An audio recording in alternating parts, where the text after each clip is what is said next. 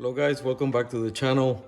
Today I'm gonna attempt to capture sound from the Ferrari 308, not just the engine. I'm gonna put a microphone close to the engine, but also the exhaust. I'm gonna use two microphones. I'm gonna use my sound recorder, and I have a number of GoPros that will be attached to the car. Let me show you.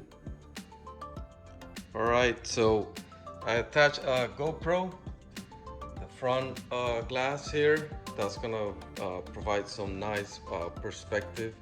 I'm also attaching a microphone here, the Comica stereo microphone on the engine lid, so that I can capture some of the engine sound.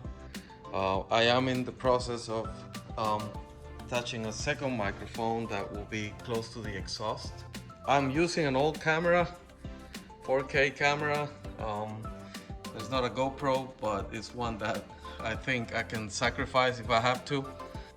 And then lastly, I'm attaching another GoPro inside the car. So I think that's gonna be interesting. I'm gonna mix it up, make sure that we have rolling shots and properly recorded sound. I've never attempted that with the Ferrari. And I think that's gonna be cool. So let's see how it goes.